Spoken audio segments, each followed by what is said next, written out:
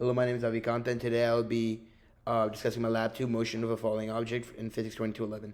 So let's go for the introduction. This lab aims to compare the observed motion of an object which is that is in free fall in the negative vertical direction to the predicted motion with drag and without drag of the same object using the model made from code.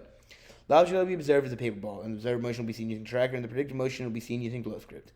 The lab will help us understand the differences between an object in free fall with drag and without drag. Without drag is an assumption that there is no air resistance. System is paper ball, and surroundings is everything else. Assumption, there's only gravity and drag acting on the object. Newton's second law of motion. So the important equation from the Newton's second law is F net equals ma. This can be manipulated to give us the velocity update formula, which is final velocity is equal to initial velocity plus net force over mass times the change in time. Another important formula is the position update formula, which is the change in position equal to, the final position is equal to change in initial position plus average velocity times change in time. For the purpose of the lab, we also need the formula. We need the formula for drag, which is drag force is equal to negative b velocity squared, magnitude velocity squared times the directional velocity. Preview of so this is a little preview of our results. This is the video of my paper ball.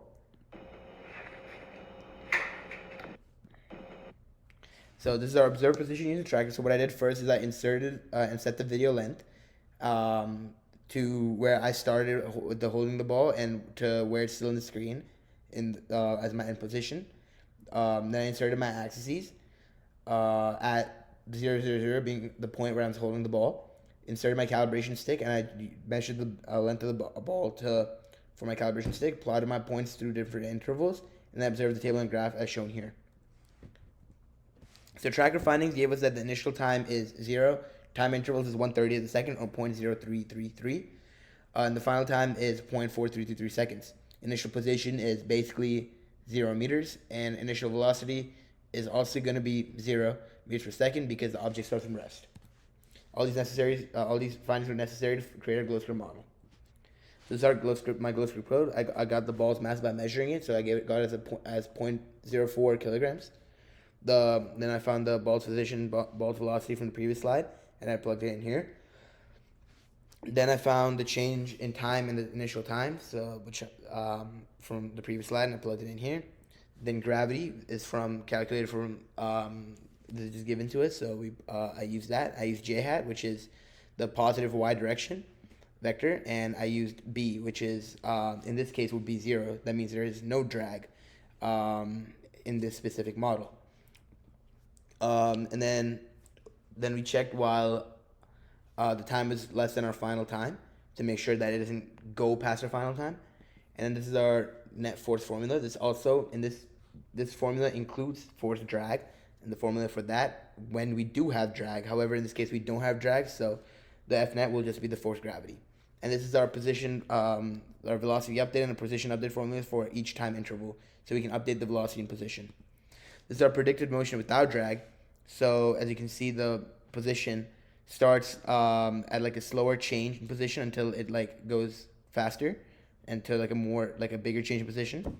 And our velocity is linear in the negative y direction, the positive x direction. And our predicted motion with drag is when we decide to change our b value to 0.0065. I got this by testing out different b values until we got a final position that is similar to what I observed. And as you can see, the position is also, once again, the change in position is slow until it gets bigger and bigger.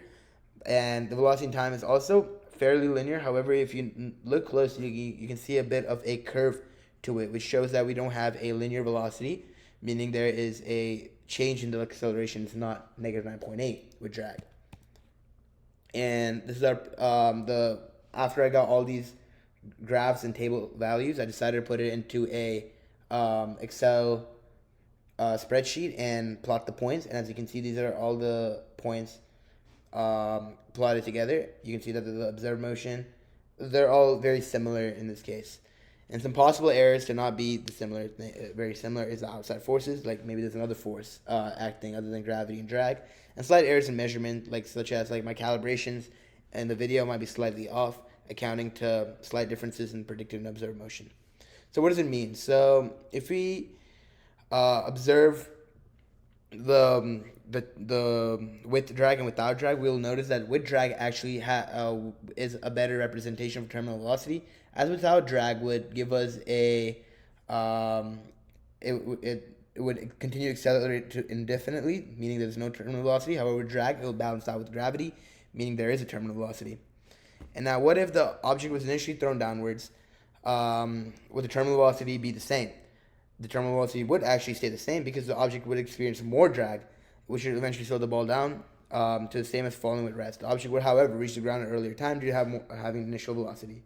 Thank you for listening to my lab on observed motion.